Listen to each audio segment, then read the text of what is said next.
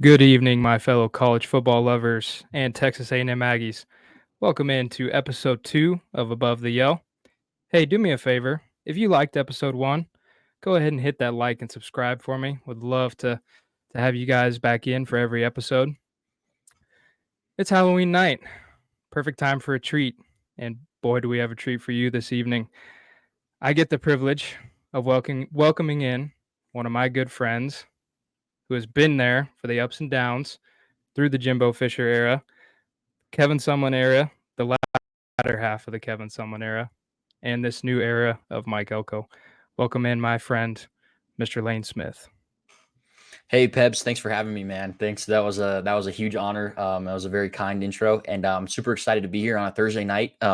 Really fired up about the Texas A&M football team. Been a blast to watch all year. Specifically, a couple of players in mind.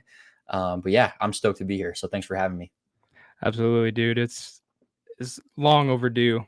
We've been doing this for years on Saturdays and spending hours watching football and just commentating, and it's finally come to fruition a little bit. Yeah, absolutely. So for all the folks at home watching this show, is basically the culmination of us talking a lot of ball since our early college days is when we really got into it. So this has been a long time coming, and I'm really excited to see where you take it. Yeah, absolutely. And yeah, I mean, thank you for all your support and massive inspiration. You've been through it too. So, man, Yep. let's get into it. We haven't actually got to talk about the LSU game from last Saturday. There's, I know the team is focused on South Carolina, but luckily for me, I'm the fan, so I can kind of go back and still talk about the LSU game. So, man, what a night! What a something we've something I haven't seen like that in at least a decade. And the way that game was going, the way it played out, they were dead in the water at Mhm. halftime. No offense, defense was doing what they could, and just man, like shot out of a cannon in the Mm. second half. And what did you see? What did you see from the Aggies in that second half that in all your years of watching alongside me, maybe as a little more unbiased perspective, what did you see? Well, I want to start off with saying that I think thus far until November 30th, that big showdown at the end of the season, which we will probably get into at some point in reference. This LSU team is the best team that they have played thus far. I don't think it's particularly close. I don't think Missouri should even be in the top 25 anymore. The fact that they are is a little crazy to me. Notre Dame was what it was. It was week one. Like they're okay. I don't think that they're, anything special by any means, but that's all to say that I think this LSU team, coaching, talent, and just the roster overall as a team, they're the best team that A&M has faced thus far. And like you said, yeah, uh, wasn't looking great at halftime. It was not looking great at all. But I think for a Texas A&M fan or anyone that has just followed this team, since the Sumlin days, what we wanted to see is okay. They have a big powerhouse school coming into Kyle Field. It's an SEC game, and there's a lot on the line. A&M is finally nationally ranked, and they get what a lot of fans have been asking for in terms of halftime adjustments. I think that's a really big aspect of this. The fact that Elko wasn't so gung ho on sticking to his guns, so to speak. He made the quarterback change, and he went to Marcel Reed, and it lit a spark under the entire team. Obviously 23 points against the number 8 team in the country with a very talented number 1 wide receiver. It seems like LSU always has a really talented number 1 or number 2 wide receiver between them, Alabama, and Ohio State. Those are the 3 best schools of producing wide receiver talent into the NFL. And Mike Elko halftime adjustments, Will Lee, my favorite player, the blanket. Um, everything that could have gone right in the second half for A&M did go right. So just coaching matters in this sport, and you could say that about every sport at that level, but just the night and day difference from the structure and the organization that Mike Elko has brought to the table thus far for this program has really been shocking, and I say that in a very positive way, obviously, but unbelievable job to adjust. I really think that Jimbo Fisher with Connor Wigman, who has shown flashes in the pan of being a really good program leading quarterback, He made the switch, and it was the right call. And I think that he made that call very confidently. Yeah, absolutely. And man, this is what we saw Saturday night is exactly what we've been waiting for so many years. Like Mhm, this, what happened Saturday night, what it did for the program, like that's how it's supposed to be, mhm, right? We've talked about it for years. A&M kind of just being this sleeping giant in a way, mhm, and they got the resources, they've got the fan base, they've got everything they could want. They've got Texas, they're in the state of Texas, mhm, and the only thing they were lacking was just getting the right guy. mhm. And man, yeah, Saturday night was inspiring to say the least. And I kind of talked about it on the last show, but I remember when Elko was at A&M as the defensive coordinator, Mhm, and you could always count on his halftime adjustments, mhm, just about, like clockwork. And that really just that's really what shown Saturday night, and seeing him willing to pull the plug and give Marcel Reed a shot. And I love what he said in the post game. He took accountability for coaching. He didn't blame anything on Wigman, which I don't think necessarily anything was Wigman's fault. I think Wigman was just maybe a little too juiced. I don't know, but he didn't blame anything on him. He's like, we let him down as a coaching staff. We know we take accountability for that. He's like, but we needed a kickstart. We needed some juice in this offense. And he's like, we needed Marcel Reed's legs. mhm, What I love about that is how he identified what they needed, mhm. and specifically like his legs. And man, they didn't look back. Marcel No, they Reed came in and just yeah. No, they didn't, and I think it's, in my opinion, and maybe people closer to the program might disagree with this, but I think it's understanding the magnitude of what that game was. Um, like all of a sudden, even before the kickoff on last Saturday night, like things are looking really good for Texas A&M to compete in Atlanta for the SEC championship as it stands right now. There's a couple big hurdles still in the way, even if they do make it to Atlanta. But understanding that these games are now must-win games, even with the loss to Notre Dame at the very beginning of the season.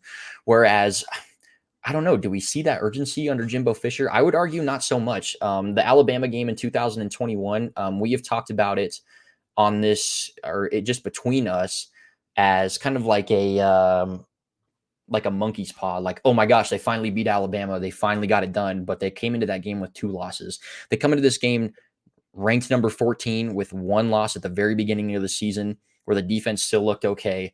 Mike Elko understanding like we need to win this game. This is not, college football at this point. Texas A&M has everything, like you said. They have all the resources, the players.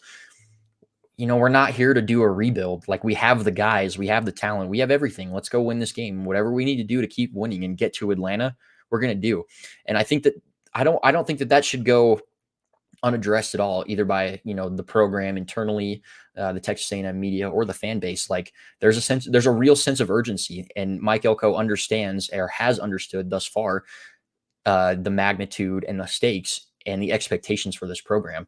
There's been a lot of talk, like you say, like all of this 5-star caliber stuff around the program, but the on-field product was not a 5-star product for a really long time. Honestly, you could argue that it's been mostly disappointing, even going back to the Johnny Manziel era. That year 2 of Johnny Manziel, they only won 8 games.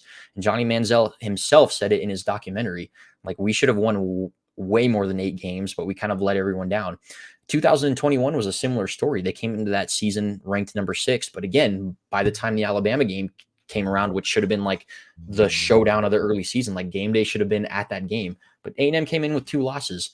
And now, like, look how far we've come. Look how far we've come. I think there's something to be said about the way Elko's handled all of this. Yeah, absolutely. And it's funny you mentioned that game there, that last season with Johnny Manziel. That was the last time that A&M had a double-digit comeback in the second half. That was 2013 Chick-fil-A Bowl. Yep. Johnny Manziel's last game, and yeah, that was the last time that happened. And then it happened Saturday night. So, and then just touching on Mike Elko, because I feel like we can't talk about it enough, but his urgency and his desire to win, I think, is pretty clear. And he made that pretty clear Saturday night by doing whatever he thought was best, doing what they needed to do to win. And it's so cool to finally see that pay off. And man, it just goes back like this is what we thought it would be. This is what it's supposed to look like. And yeah, it's been a lot of fun. And this week's been a lot of fun, but there's been a lot of noise around A&M, of course. That kind of just comes with the territory. Yep. And yeah, been a lot of talk, and it's been awesome. It's been fun, and just watching it kind of come to life. And there was a lot of big, and we talk about recruiting a lot, and recruiting matters certainly, but what's more important is how you develop those guys, right? Mhm. And that's something that you touched on it just a little bit ago, that five-star talent, while it was great on paper, what was it on the field? And Mediocre. exactly. And I remember sitting there for seasons over and over again talking like, "Oh, they got these guys coming in, like these, this might be it." And just never happened under Coach Fisher. And I think so far what we've seen, and another interesting thing too is that game Saturday night, the stakes on the line, right? You're in the driver's seat of the SEC if you win. And for them to walk out of there with the win when the stakes were that high is also something that hasn't been done in a long time. You referenced the Alabama game from 2021. I Mhm. was actually at that game, and it was awesome. And they after they won that game, they needed a couple things to happen. If I remember correctly, I think they needed Auburn to beat Alabama. Mhm. But basically, if A&M would have won out that year, then they possibly could have. I can't remember everything, but they could have possibly punched a ticket to Atlanta if some dominoes would have fell their way. But they ended up finishing 8-4, and they went on to lose to Ole Miss, and I think maybe one other team that season. So expectations are exceeding so far this season under Elko, and it's exciting.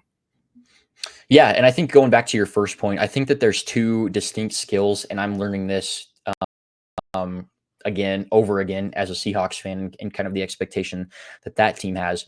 But what I want to touch on with Elko thus far and comparing to Jimbo Fisher, it's obviously it's easy to kind of kick Jimbo Fisher while he's down, right? But there's two distinct skills at play here. There's roster building or talent acquisition and accumulation, and team building. And those are obviously two different things. Jimbo Fisher was fantastic at talent acquisition and accumulating all those five-star guys, but building a cohesive team where there's a clear vision and this vision is structured, everyone's on board, everyone sees it the same way. You never, ever saw that at Texas A&M under Jimbo Fisher, maybe save for parts of 2018 and the COVID season in 2020. But other than that, it was pretty non-existent in my opinion. They constantly performed under expectations. And like you said, every offseason, you were sending me tweets about, oh my goodness, look at this recruiting class. Look at this guy that's coming into A&M for a visit. And, after a while, no offense, brother, but it kind of started to fall on deaf ears, at least for me. I'm like, I mean, we've seen, like, I feel like I'm in Groundhog's Day, the movie with Robin Williams, and it's like, or is that Tom Hanks? I don't know. That's a little bit before my time, but Around Bill Murray, maybe? Bill Murray. Yep. There you Bill go. Murray. But it was just over and over where it's like, oh, they have these five-star guys, but then they go and play a true SEC powerhouse and they fall flat. Even the 2019 game against Clemson, where they hadn't had too many of Jimbo's guys yet. For example, Kellen Mond is still the quarterback. They have a pretty deep receiving core. Did they score 3 points in that game? I think Something they like that? scored I think they scored a touchdown in garbage time. They I think did. they ended up losing.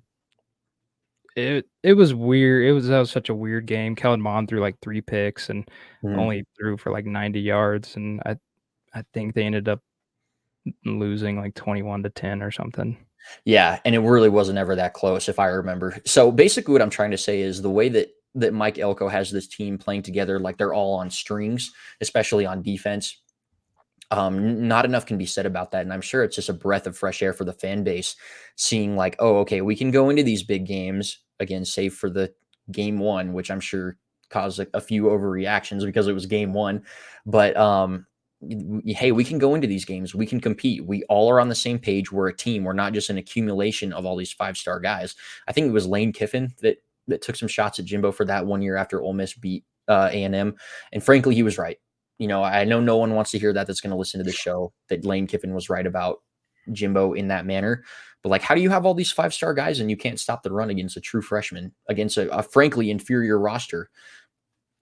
There's something to be said about that. And I think all hats off to Coach Elko thus far. Obviously, the job is not finished and they have a few more big roadblocks ahead of them. But yeah, absolutely.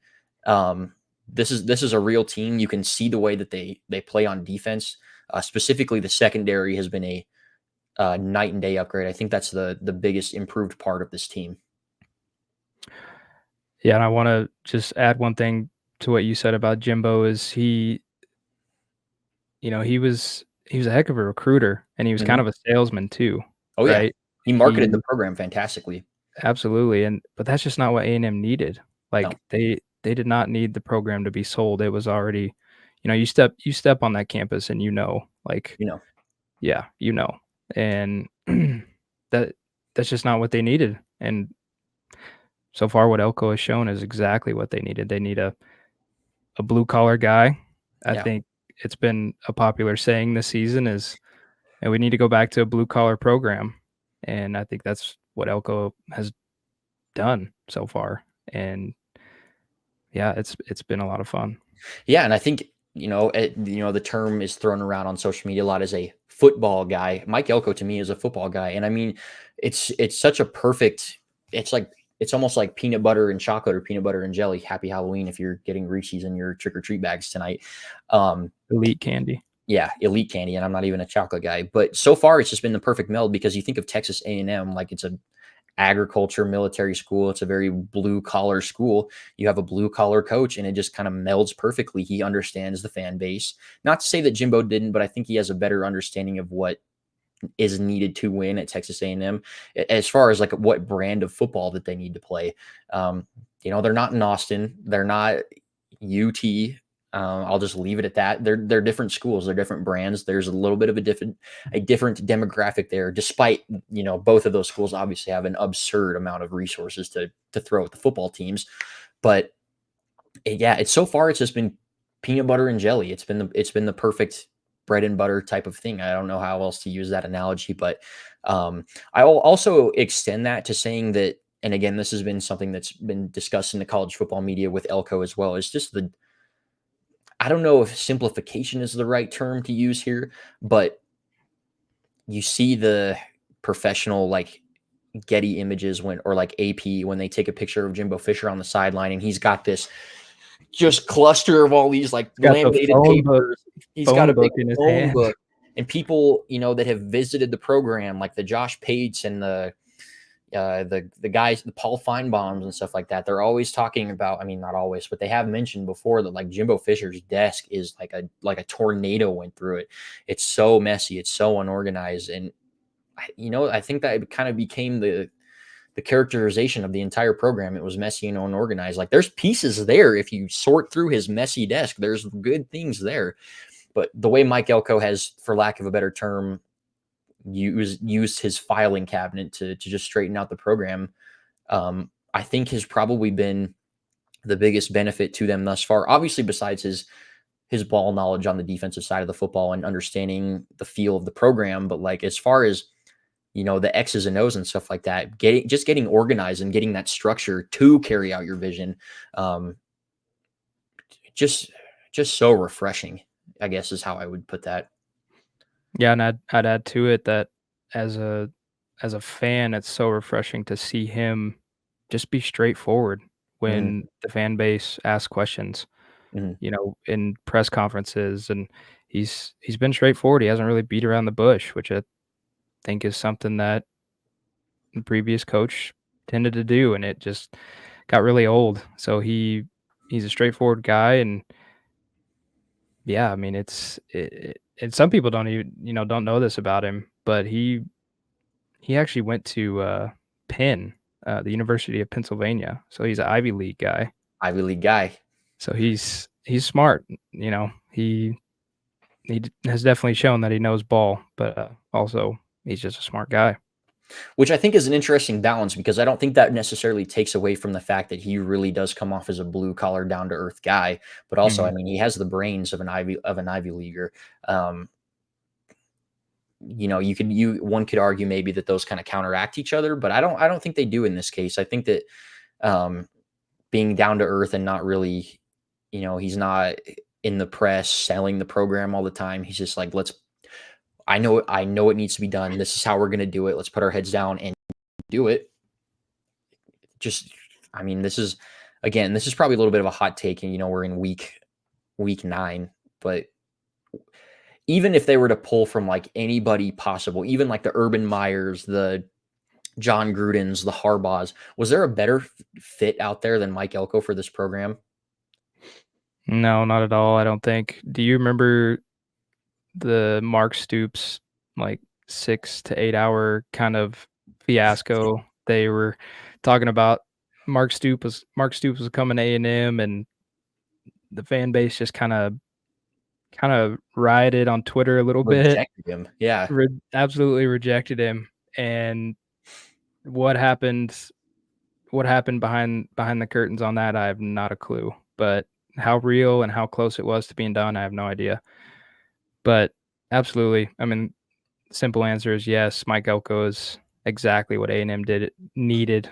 He kind of got overshadowed by the Nick Saban retirement Mhm. and the Kalen DeBoer hire. You know, not a Yeah. lot was said about it, which is exactly what A&M needed. We didn't need the flash. We didn't need the publicity, the marketing, and we just needed a guy who would come in and get to work. And that's kind of been his motto since he stepped in the door was, "We're going to get to work.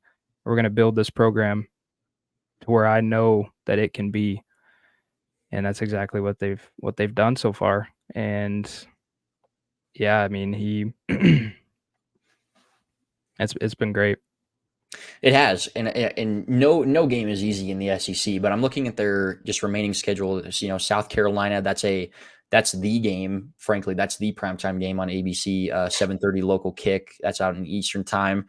They're at South Carolina, and then they have New Mexico State at home. So take whatever you want from that. But then, like, they have to go to Auburn. Auburn's not a great team this year. They haven't been that great in a while, but tough place to play. No game's easy in the SEC. And then if all things fall into place, we could be looking. I mean, we could be looking at like a top 10, top 5 matchup on November 30th, and you know who that one is against. As a college football fan, as unbiased as I can be, I want that to feel like the fate of the universe is on the line because I think college football and the fans on both sides and just fans of college football in general deserve that.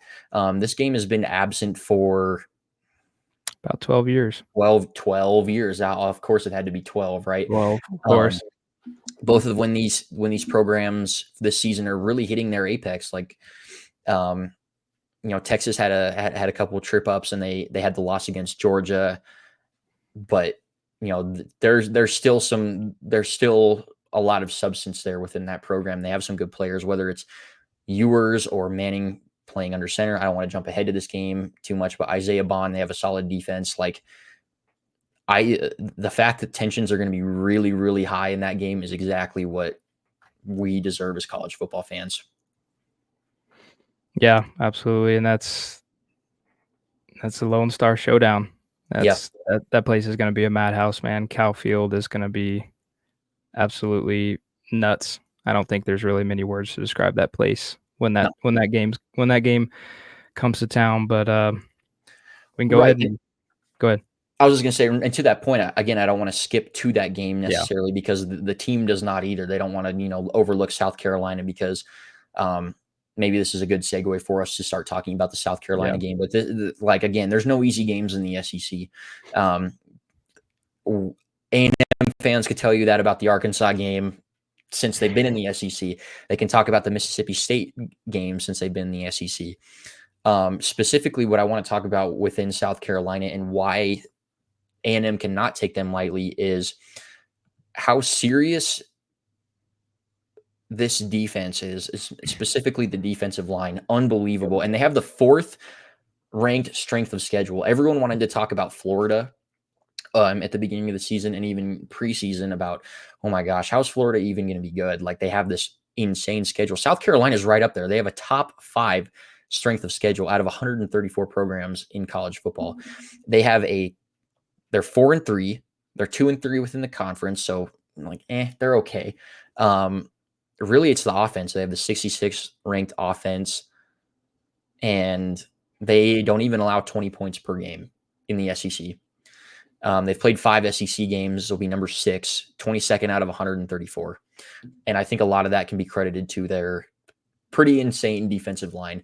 And we've gotten into a couple of these games this year with A&M, and depending on what the quarterback situation is, specifically the first game against Notre Dame, they had no answer for Al Golden's defense as far as Connor Wigman getting blitzed and blitz and blitz and getting home every time. And just, I think that's kind of the blueprint to beat Connor Wigman. If Connor Wigman ends up being the guy this week, I don't know that. You would probably know better than I, but that's where I think that's a big red flag. That's like a watch out guys moment, because this team can get to the quarterback. And when Connor Wigman's under pressure, again, no quarterback's fantastic under pressure, right? But I mean, we're talking about like an abysmal performance from Connor Wigman if they can't figure out how to help him out with, if it's either in the run game or throwing, quick screens or just the quick game in general. They're in for a long day. Yeah, absolutely. South Carolina's dangerous, and their record is kind of deceiving. They played it close. They almost beat Bama. Yeah, they almost beat.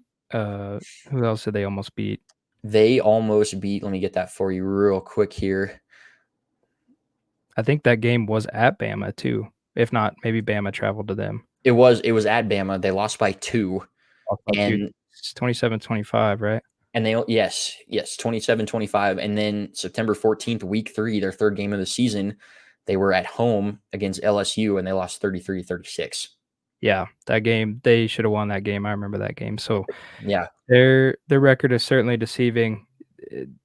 You said it. A&M's got a massive test on the road. I think the biggest test so far of the season on the road. And how do they get out of there with the win? And like you said, touching on the quarterback, with the defensive line as good as South Carolina has, I have a hard time seeing them rolling with Wigman.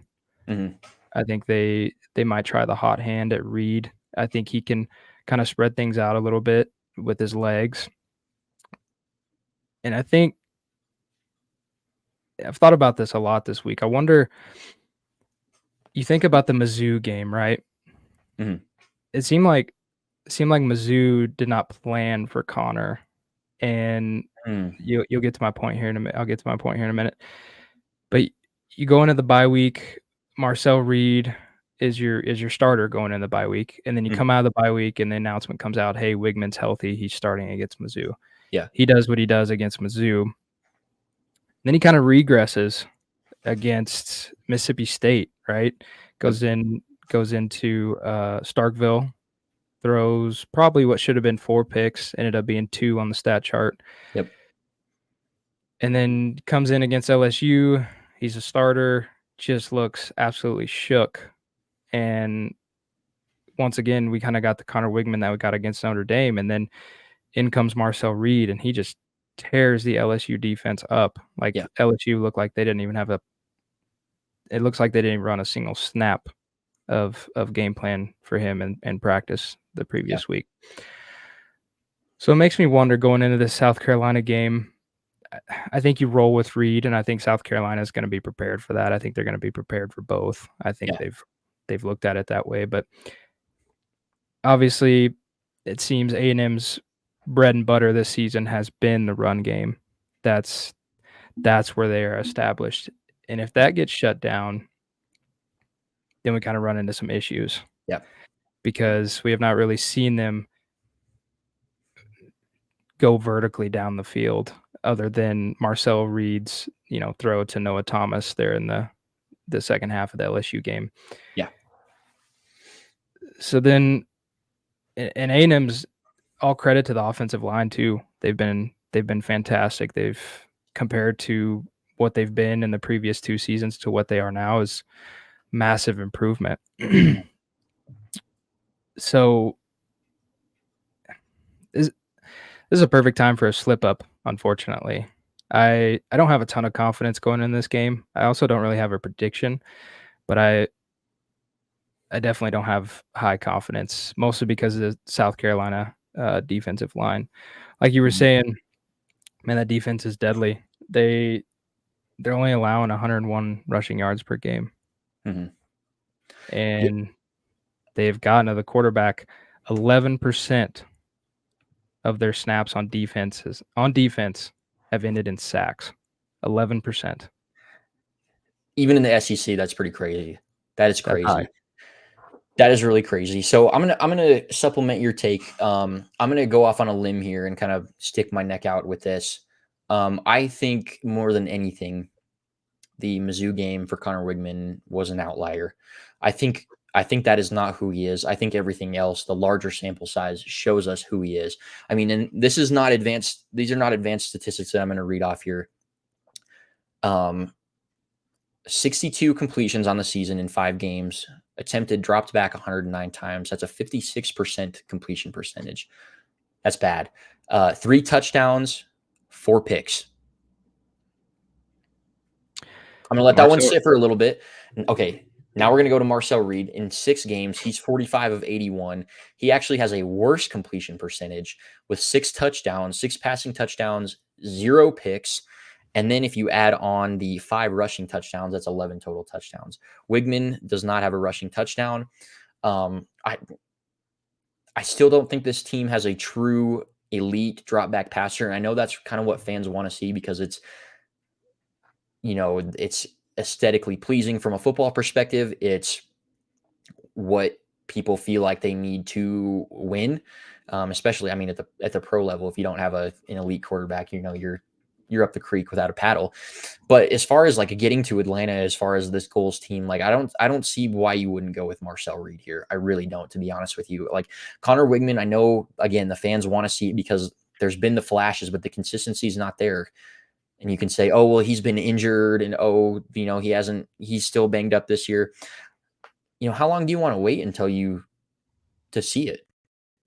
We always talk about off camera. We've talked about this for a really long time. Ideally, you don't want the 5th and 6th year senior quarterback starting. That means that they're not good enough to go to the next level. And that's the standard at Texas A&M. You want those high level 5-star NFL talent guys, especially as the face of your program in a way.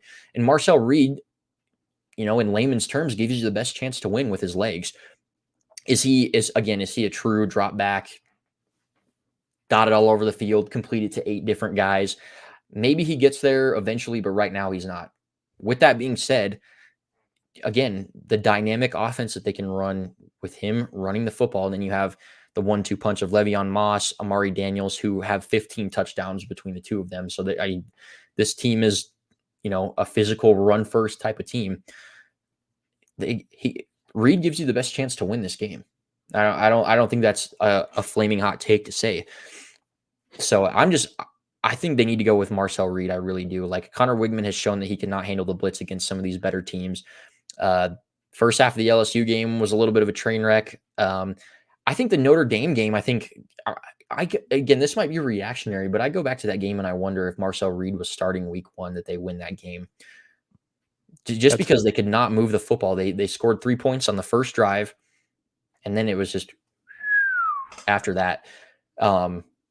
He hasn't turned the ball over either, and especially with that's going to matter in a defensive slugfest, is what I expect this game to be. You got to go with Marcel Reed, plain and simple. Yeah. Yeah, and I've tossed this around a lot this week and thought about it. Do they try and trot out 2 quarterbacks? And I don't. There's no way. I don't think Elko's that kind of guy. I think he wants to have his guy in place. I mean, he's shown that he's willing to do what he believes is best to win. But I don't think they run out a 2 QB system or a 2 QB Mm-hmm. 2 QB game plan. I think you're right. I think they roll with Reed. I think he adds so much to the offense, and we saw that against LSU. LSU obviously didn't have a plan for him. I think South Carolina will, but I think Reed is electric enough. He's good with his legs. He's good. I think he's good enough with his arm to get things done and go into South Carolina and hopefully walk out with the win. There's a reason this game's only a 2.5 point spread. I think A&M is favored by 2.5. I think maybe it moved up to 3 is what I saw this afternoon. But which being on the road is basically nothing. yeah, Yeah. You might as well call it even, right? Mm-hmm. And I guess one thing I'd like to touch on is South Carolina on the flip side. They've also offensively kind of been a weird team as well. Yeah. They have Lenora Sellers, they have Rocket Sanders. Rocket Sanders has been good for them. Yep. Do you think it's almost like they have a lot of similarities on offense to A&M on offense in a way? I wonder, do you think South Carolina tries to open it up a little bit and change things? Try something new coming out of the bye week because they are coming off a bye week. I wonder if can't help but wonder if Shane Beamer tries to trot something new out there and see if they can attack this this A&M passing defense because we saw against Arkansas, Bowling Green, and LSU. They took some shots on us and it worked. And there were the second half adjustments and we were able to get away with the win on the road against Arkansas and Jerry's World. But they kind of chiseled up A&M pass defense in the first half, and sadly enough, Bowling Green too. Bowling Green though they had a tight end that was kind of tearing us apart, and then LSU, you saw what they did with Lacey, and they also had a good tight end too. So I wonder if South Carolina tries to take some shots or just tries to open it up a little bit more to kind of catch A&M off guard because, like I said, they are coming out of a bye week, so they had time to prepare, time to change some things. And that's kind of where I'm at. That's kind of what I think. I think they are going to try and do some different things and catch A&M off guard and see if they can't just win this game outright against a top 10 opponent because South Carolina has the ability to do it. But on the offensive side of the ball, South Carolina is ranked 108th in passing offense. Yeah. And like I said, Lenora Sellers and Rocket Sanders, man, they can certainly make things difficult. And I still have faith in our front seven. Our front seven has been phenomenal this year. They kind of really settled in game by game. They've seemed to kind of gel together, and that's been really cool to see. And they've been good, really, really good at stopping the run. A&M is only allowing 104 yards a game, and that puts them at 18th in the country.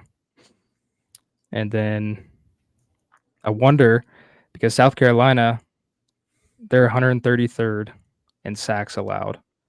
So I think that's kind of where you have the disparity. The difference is, can this A&M pass rush get home, mess some things up against an offensive line that is allowing quite a few sacks? Yeah.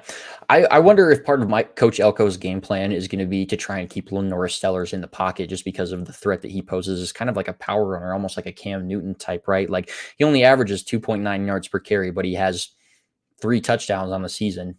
Down in those goal-to-go situations, that can be a serious threat. And like you said, Raheem Rocket Sanders averaging 4.4 yards a carry. He's got 6 touchdowns on the season. Conversely, they don't have a wide receiver on the roster with over 300 yards receiving this year, and it's week 8. There's a lot of guys with 100, 150. Lenora Sellers does not have 1,000 yards on the season passing yet. And obviously, yards don't matter for everything. That's a little bit of a dated stat, but I'm saying that because like I don't see how they beat A&M through the air. I really don't. I think if you keep Lenora Sellers in the pocket and you get the sticky coverage from guys like the blanket Will Lee, number 26.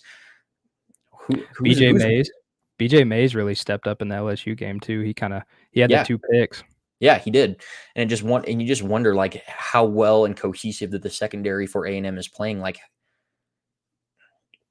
maybe they beat him on play action. Maybe this becomes a game of play action because I think Marcel Reed, that's where he's most dangerous as a passer, is in play action, just because you have to respect so many elements to the offense, right? I mean, you have the 1-2 punch in the backfield, Marcel Reed either scrambling or off the read option, pun intended.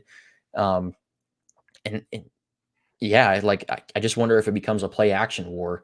Obviously, A&M has better weapons to win that war, but I don't see how Lenora Sellers is going to beat these guys through the air. I really don't. So again, that goes back to my original point of I wonder if, like, because in the NFL you game plan against guys like Kyler Murray, Russell Wilson, even Cam Newton, in Cam Newton's prime, where you don't necessarily want to flush them out of the pocket because that's when they're the most dangerous. You want to try and contain them in the pocket. I wonder if that's going to be Mike Elko's strategy here.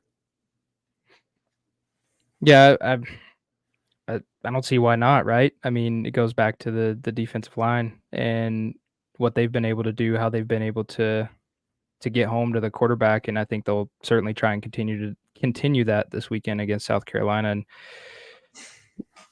I think my hesitation to just be confident in this game is simply, one, it's a perfect time for a slip up, right? You're coming off a massive win. You go, there's the program is feeling good. The atmosphere around Aggieland is great. And then you go on the road and you lose to South Carolina. Yeah. And go ahead. Sorry. I was just gonna say South Carolina, Williams-Brice Stadium on a Saturday night can be very, very dangerous. Absolutely. Really anywhere in the SEC on a Saturday night can be dangerous, but Williams-Brice Stadium gets pretty rowdy. And it does. Great fan base. I think they're gonna bring it. I think they're gonna bring all that they got, and yeah, just hope that we can walk out of there with the win. I don't think it's gonna be more than 7 points. It's gonna be within 5, maybe. Okay. I think that this is just as good of an opportunity for Coach Elko to prove us right or wrong about what we've been saying about him all show. This, to me, again, not to kick Jimbo while he's down again, this is a game that they lose under Jimbo Fisher. They come off of a huge win. They're on this huge high, and they can't refocus into the next week and it's just it's a letdown, in layman's terms. They are just so drained, and they're still focused on coming off the high of, big victory, Alabama 2021, whatever that may be.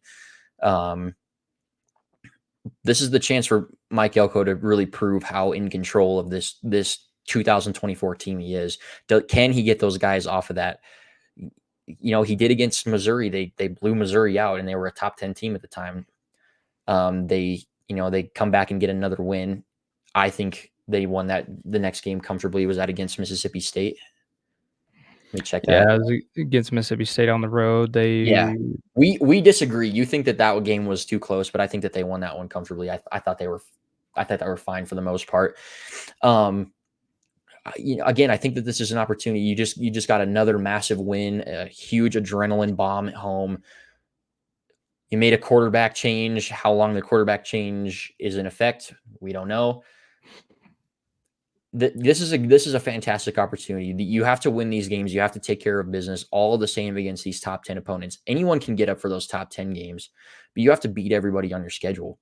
And now with the current college football playoff format, you don't necessarily have to blow every team out or quote unquote look good doing it. Obviously, you want both of those things, but right now for this A&M team in year one of Mike Elko, it's to lock in during this week.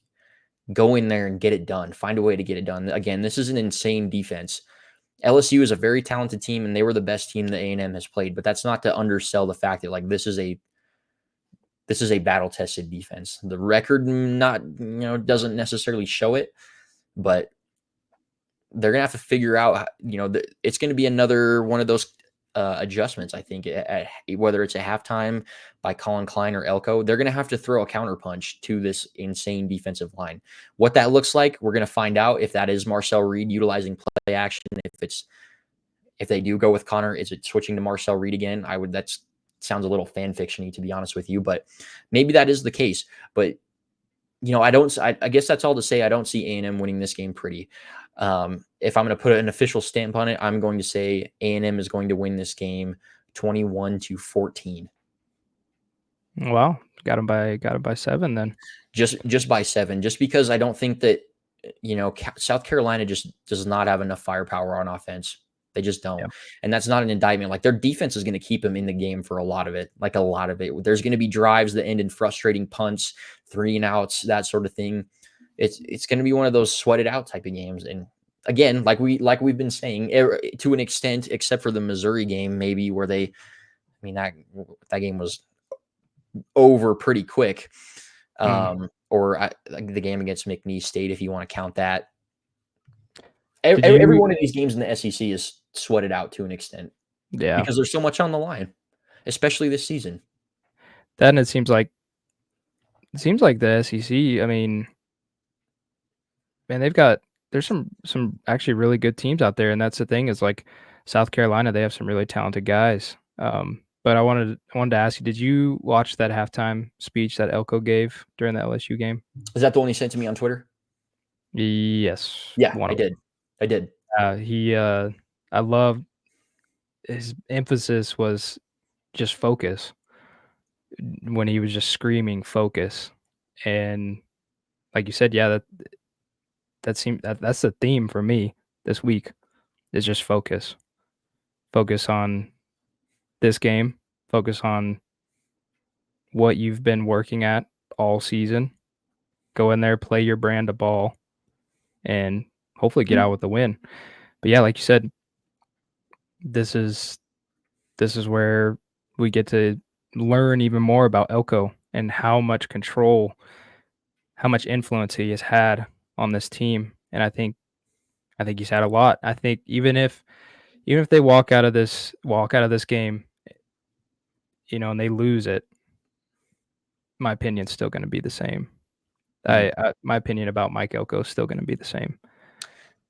Yeah, he's already so far ahead, I think, of what anybody expected in year one, that this one letdown isn't gonna. Yeah, it's not gonna cause a reactionary hot take from me either. Obviously, again, like you said, you need to take care of business. You need to earn the right to get to that Texas game. You need to earn the right. If that is like the quote unquote SEC West championship, you have to earn the right to get there. You have to get through South Carolina. You still have to get through New Mexico State, whether you like it or not. And you have to go to Auburn and win that game again, just to get to that Texas game with the stakes that you want. So taking care of business, and again, like you said, focusing. I think that's a great, if I were to sum it up in one word, focus. Just the season so far. I mean, after the Notre Dame loss, they've been focused. They've been locked in. They've made multiple quarterback changes between the two guys, and they just kept rolling. They rolled through Florida. They got it done against Bowling Green, got it done against Arkansas, blew Missouri out, took care of Mississippi State, ran away from the number 8 team in the country. Keep the focus. It's another opponent. And I think Mike Elko understands that. And when we go back to talking about understanding the SEC in this program, like, everything that he's done is great. It is. But also on the other side of like being way ahead of schedule, the fan base, for better or for worse, their expectations have been skewed. That's not to say it necessarily in a bad way, but now we're starting to talk about, we expect to get to this Texas game, and the fate of the state of Texas is on the line. But again, you have to get there. You have to earn that. And South Carolina is not going to just give it to you. No, especially on the road. Yeah, absolutely. Coming into their home, they're coming. I think one of the things that scares me the most is simply they're coming out of a bye week. They've had a 2-week break. They've had time to maybe install something new. And I've basically convinced myself that they are going to come out trot out a different offense than probably what we've seen from them any part of this season. I think they see the opportunity that is there. They're hungry for it because they almost beat LSU. They almost beat Alabama. And yeah, I think they're hungry. But yeah, theme for this weekend, theme for the whole season, focus. one You just game at got a to time. focus. Yeah. And as cliche as that is, how many teams have we seen both in college and the NFL not be able to grasp that concept and falter and not play up to their talent level or their roster ability or whatever that may be? I'm going to add on to that. Shane Beamer is the head coach at the University of South Carolina, son of Virginia Tech legendary coach Frank Beamer, who basically took them from nothing into a constant New Year's Six program in the ACC from the 2000s into the 2010s. A lot of NFL talent put out. But the reason that I say this is Shane Beamer absolutely has been instilled with his father's philosophies of football, and that's Beamer ball. And that is every side of the ball is a weapon. They see that as we can score on defense, we can score on offense, we can score on special teams. So I want to touch on that a little bit. And I know my official prediction only counted for touchdowns, 2 touchdowns for South Carolina, 3 for A&M, but sloppy special teams play could absolutely be the difference. They have attempted a fake punt this year. The Kai Kroger, the punter, has an attempt. He did throw a fake punt, didn't go their way that time. 0 for 1 there, but don't put it above the South Carolina team to try and pull something like that to win this game. A&M, we can't be having muffed punts, bad snaps, even those small little details. Again, that's going to show us the coaching side and the ability of Mike Elko. But again, those things in this type of game where it's a slugfest, one muffed punt could do you in. So I hope that that's something that the fan base keeps in mind, Elko keeps in mind, and he's instilling within the players, because the philosophy of which the Beamers play football, the brand that they play, don't put it past them to run this fake punt again. Yeah, and I'll touch on that too. We've kind of talked about it a little bit this season, but A&M has been pretty fortunate at the punter position in Yes. the years past. Yeah. And they've got another good one this year in Tyler White. Yep. He's, when you can pin the opposing team inside the 15-yard line consistently like he has done, Yeah. that changes things. That completely flips the Absolutely. field. So yeah, that's a really great point. And hopefully, fingers crossed, that they can be consistent on that end and go in there, and Tyler White can do his thing, because I'm pretty much certain that A&M is going to be punting the ball Yep. frequently. So that's going to be huge, and absolutely that might just be the difference maker too. Yeah, absolutely. It could absolutely come down to, we're just going to play field position with these guys. We can't move the ball. We're just going to pin them deep. Their offense isn't very good. We're just going to keep pinning them deep and give our offense a short field. I think that's an absolutely viable strategy in this game. And again, as much as South Carolina, like you said, they view their special teams as a weapon. They're not afraid to be aggressive on that side of the ball as much as you can be, right? A&M isn't aggressive necessarily with like the fakes and stuff like that, but yeah, Tyler White's a weapon. He is a weapon, especially for the brand of football that Mike Elko wants to play. He wants a good defense. He wants a physical defense, run the football, control the clock. They're not trying to be like a Lincoln Riley team by any means. They're not built like that either. And again, that goes back to team building versus talent acquisition. Like, they know what kind of team they are. Mike Elko understands the vision, and they need to absolutely carry on that vision, and that includes Tyler White. Like you said, they're going to have to punt the ball. Not every game is going to be the Missouri game, unfortunately. Yeah. I know it's such a bummer to hear that, but Tyler White pinning this team, Lenoris Sellers, inside the 10 multiple times, like, who knows what can happen in there. A&M gets home on him, throw him into, they pressure into an errant pass. The secondary's hungry, and they've been swarming around. They've been attacking the football really well, and I think that's what that's the number one, like, surface level indicator of a good defense, is how they attack and swarm the football. Because not every defense in college football or the NFL does that. You see guys kind of let up and hit the brakes and be selfish. This team has not done that even since game 1 against Notre Dame. Even the secondary was tackling really well again. That's when I decided that Will Lee was my favorite player, because he was playing really physical football, even when asked to stretch out on the perimeter. They're running right at him, and he did not shy away from that. And that's a Mike Elko guy. Jimbo Yeah. Fisher's secondaries were not doing that. They were not turning their head and finding the ball in the deep passes. They were not swarming to the football, and they were not coming up and fitting the run. These guys, specifically Will Lee, who I think should be an All-American. That's another hot take that I have. I think he's a first-team All-SEC, All-American type player this year. Swarming to the football, and I'm sure there's gonna be a stretch run play where it's either Rocket Sanders or Sellers. He's going to be on an island. How quick can they swarm to the football there? How can Will Lee at least wrap up and slow him down? I think one or two plays like that can really make the difference. Again, especially if they're going to play field position.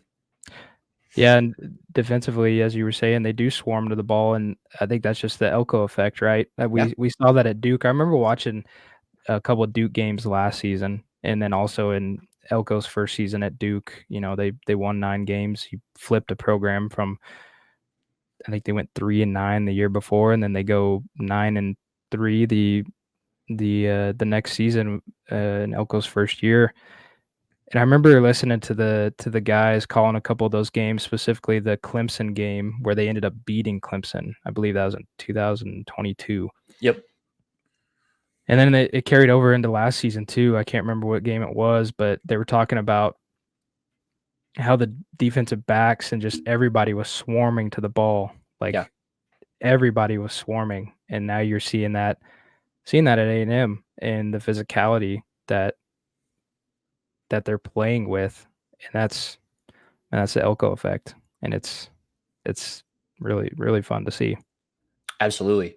I couldn't agree more. Actually, now that I'm thinking about it and we've been talking about it as we wrap the show with predictions, I'm going to adjust my prediction from A&M scoring 21-20. I think that they failed to find the end zone in one of their trips down into the red zone, red area for some reason. All the college football guys call it the red area for some reason.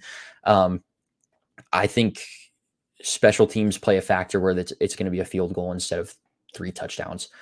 So that makes it a little bit closer.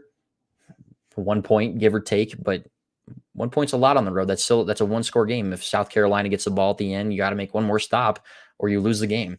So I'm going to officially adjust my prediction to 20-14 Texas A&M. This is not going to be if you want to see this, if you're looking for either Marcel Reed or Connor Wigman to take the leap to elite passer in control of the offense, you're looking in the wrong place. Yeah, this is not the game. This is not going to be a pretty game. No, it's gonna be long. So stick it out. Just stick it out. A&M faithful, 12th man. Your faith has already started to be rewarded with Coach Elko. Keep it going. It's year 1. They're playing with house money as a program right now. I think we said going into the season that if they can win 7 games or 8 games, it's a massive, massive win. Anything over that is like they're playing with house money. They're 7-1 right now, and I would argue that it's house money time. Yeah, and 5-0 in the SEC for the first time in program history. Yeah, and again, they have to earn it, but they're in the driver's seat. They control their own destiny. How good does it feel as a football fan of any team to say that, like, oh, we don't have to rely on, well, we need Texas to lose before then. We need Alabama to lose before then. We need LSU to lose another game. We need help from other teams. No, all we have to do is take care of business, and we're in the dance. Yeah. Period. Feels amazing to say that. Yeah, it does. Because it's been a long time coming. Long time.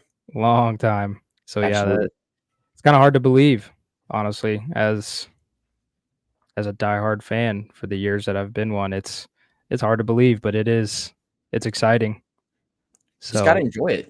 A&M fans, like, this is the best season they've had since Johnny Manziel was there, unless you want to count 2020, which I almost don't count, not because it was a fake season, but that Alabama game, them losing that and them only playing 10 games took the wind out of it as it was early already. Yeah. Because with the 4-team playoff, like that crushed that pretty early, I think. Yeah, Alabama. That was a year Alabama was really good too, right? They had Mac Jones last year. That was Devonta Smith won the Heisman Trophy. They went to the national championship and they blew Ohio State out. Funny enough, they beat Ohio State 52-24, which was the same score that A&M lost to Alabama in week 2. Yeah, crazy parallel there. So again, I think this is the best like A&M has looked Like even when they were like number 6 when Hayes King was a quarterback and Jimbo, was still at the helm, they never looked that good. Like they were scraping by, that CU team. We were there in Denver for that game, and they were just on the ropes the whole time until the very end. Yeah. They I'm haven't looked this good in forever. And I'm just going back to the point of like, enjoy it. It's year one. You've already, in a lot of ways, exceeded expectations. This program's playing with house money. and I think I'm gonna change my wording with it. You said that they haven't looked this good in a long time. I think to me they haven't responded this well in a long Okay. time. Responded to this LSU game. I know we're kind of using that as our anchor because that game was so big with massive stakes on the line, but the way they responded, the way they've responded all season, right? The Notre Dame game was ugly. Yeah. And then here we are, they rattle off 7 wins in a row, and not all of them are pretty. No. They found a way to win, they responded, and typically it was in the second half, even when they didn't look good at all the whole game. Yeah. There's definitely been some ugly wins, but that's the way that I kinda see it, is just seeing them respond, especially when they're down or in the hole. That's been inspiring. Yeah, absolutely. So with that being said, I know we're at the hour mark. Yeah. Better. This has been fun. Yeah. I figured this would happen. I figured we'd get rolling Oh yeah, and we'd we would hit that hour mark easy. we could talk ball forever, but I wanna end on a punctual note. I need a prediction from you.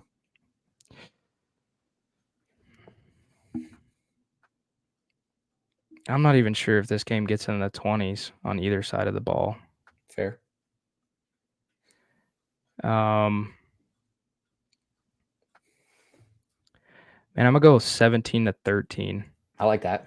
Okay. Yeah, He's gonna be a slugfest. 17-13. Who Yeah, starts the quarterback? Marcel Reed, Love it. definitely. I think you roll with him for sure. Okay.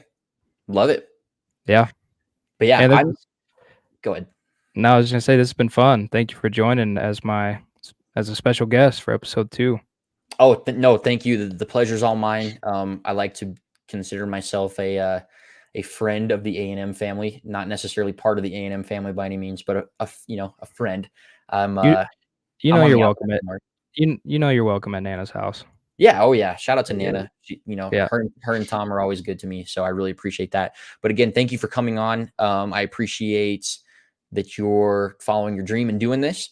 I am expecting to put the pressure on you. I'm expecting to see, regardless of the result on Saturday night, I'm expecting to see a post-game reaction show right after, and I'm Yeah, you looking got it. forward to that. We're up and rolling now. We're up and rolling. We're gonna have to do this again, by the way, especially for that big game there towards the end of the season. No matter what it looks Absolutely. like when that game rolls around, I think it's still gonna be massive whether we're sitting in the best possible position or if we're sitting in the opposite, a a bad position. But Yeah, that game's gonna be fun to break down. So we're gonna have to do this again. absolutely. And I'd be happy to join you midweek. Sweet. Let's do it. All righty. All right, my friend. Well, it was a pleasure, and Likewise. it was great talking ball. Yeah, you as well. Hey, for all those folks out there, make sure you like, comment, and subscribe to Above the Yell on YouTube. Support this guy. He's a very passionate Texas A&M fan. Can't say enough about, how cool that is, even being really, really far away in the state of Wyoming, out there in northern Wyoming, just doing this and trying to make a dream come true. We talked a lot about the A&M faithful and Mike Elko being a blue collar grassroots type of program. This program right here is the same way. Like, it's a fan and a dream, and I think you can really take it far. Just keep going. And for all the people listening out there, every interaction, engagement matters. So keep it up. Gig 'em. Yep, biggest A&M fan in the north. Yep, you got it. Weston Pope right there. All right, gig 'em. All right, I will catch you later, my friend. Yes, sir. Sounds good. See ya. Bye. All right, guys. Thank you for listening to this special episode of Above the Yell. This was a lot of fun. I think you guys got to see some passion tonight and just a lot of good conversations. So if you made it this far, thank you for watching. Once again, like and subscribe if you like this content, and we will see you next time. Gig 'em.